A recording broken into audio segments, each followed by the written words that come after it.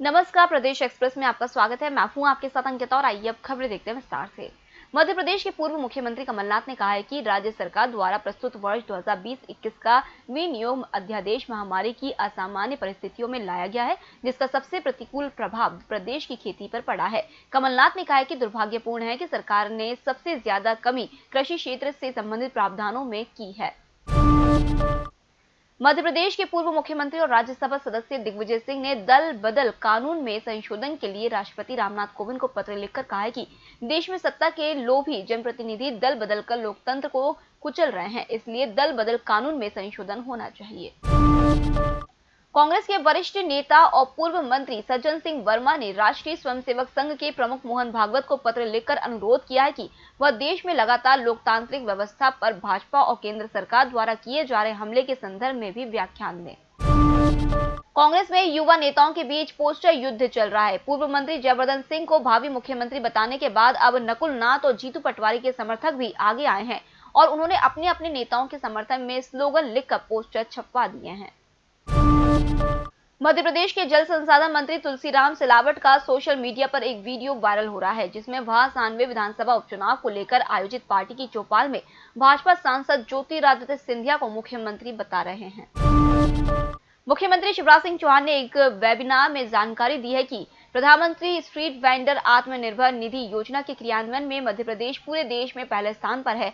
यहाँ अब तक 18,553 प्रकरणों में लोन स्वीकृत हो चुके हैं और 82,652 आवेदन बैंकों को भेजे जा चुके हैं। इस वेबिनार में केंद्रीय शहरी विकास मंत्री हरदीप पुरी, भाजपा अध्यक्ष जेपी नड्डा सहित कई राज्यों के मुख्यमंत्री शामिल हुए। मध्य प्रदेश के नगरीय विकास एवं आवास मंत्री भूपेंद्र सिंह ने भोपाल मास्टर प्लान 2031 देखकर कहा है कि अभी निर्धारित मास्टर प्लान पर 9 अगस्त तक दावे आपत्ति ली जानी है, इसके बाद देखेंगे कि क्या करना है। मध्य प्रदेश के नगरीय निकायों व पंचायतों की वोटर लिस्ट के लिए दावे आपत्ति लेने का समय पूरा हो गया है। मुरैना व नई नगर परिषदों में दावे आपत्ति लेने के लिए राज्य निर्वाचन आयोग अलग से कार्यक्रम घोषित करेगा। मध्य प्रदेश हाईकोर्ट ने एक अहम अंतरिम आदेश सुनाते हुए प्रदेश के निजी स्कूलों को फीस जमा न होने पर किसी भी विद्यार्थी का नाम अगली सुनवाई तक नहीं काटने का कहा है। इस मामले में सीबीएसई को जवाब पेश करने के निर्देश देकर कोर्ट ने यह व्यवस्था दी है। मध्य प्रदेश में देश के सबसे ज्यादा 526 बाघ जंगलों में घूम रहे हैं और लैंडस्केप के हिसाब से बांधवगढ़ नेशनल पार्क में सर्वाधिक 124 बाघ है। भोपाल के पास रातापानी में 45 बाघ हो गए हैं। भोपाल क्राइम ब्रांच ने एक महिला जालसाज कविता नागले को गिरफ्तार किया है, जिसने अपने भाई के साथ मिलकर 16 लोगों से 1,60,50,000 रुपए की ठगी की थी। नैन तारा ज्वेलर के संचालक श्याम मंगल की शिकायत पर कविता और उसके भाई रमेश विशंभले को गिरफ्तार किया गया है। दोनों ने बिलखेरिया थाना क्षेत्र स्थित 2 एकड़ जमीन 75 लाख रुपए में बेचने का सौदा तो किया, लेकिन जमीन का नामांतरण नहीं करवाया। कविता पर शासकीय जमीन बेचने का आरोप भी है। वह रिटायर्ड एएसआई की पत्नी है। मंदसौर जिले की मल्हारगढ़ पुलिस ने नकली सोना रखकर उस सोने के बदले में लोन लेने वाले गिरोह का पर्दाफाश किया है। बताया जा रहा है कि 85 लाख रुपए का लोन नकली सोना गिरवी रखकर प्राप्त किया गया है। इंदौर में मजदूर परिवार की एक 19 वर्षीय 12वीं कक्षा की छात्रा किरण उर्फ चिंटू बघेल को 2 बदमाशों ने घर जाकर शादी के लिए धमकाया और जान से मारने की धमकी दी। इस घटना से भयभीत छात्रा ने सोमवार सुबह घर में फांसी लगा ली। धमकाने वाले अपराधियों का नाम सन्नी और भय्यू है।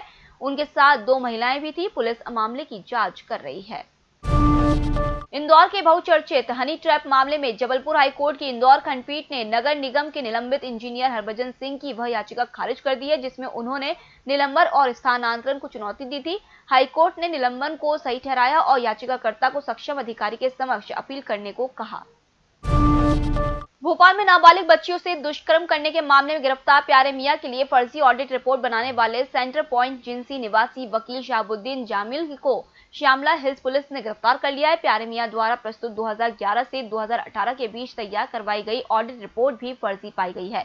रिपोर्ट तैयार करने वाला सीए 2017 में रजिस्टर हुआ है। पुलिस उसकी भी जांच कर रही है। फर्जी आईडी पर 2 साल से रह रहे 15 नाइजीरियन छात्रों के खिलाफ भोपाल पुलिस ने धोखाधड़ी, पासपोर्ट एक्ट समेत अन्य धाराओं में मामला दर्ज किया है। बताया जा रहा है कि जालसाज फर्जी आईडी पर अपना फोटो चस्पा करके रेसिडेंस वीजा पर भोपाल पहुंचे थे। यह सभी छात्र फरार बताए जा रहे हैं। पन्ना में 5 वर्षों से अपनी बेशकीमती जमीन से दबंगों का कब्जा हटाने और सीमांकन की मांग को लेकर एक 38 वर्षीय युवक मनोज राय मंगलवार को सुबह सुबह 2 बोतल पेट्रोल लेकर 100 फीट ऊंचे मोबाइल टावर पर चढ़ गया।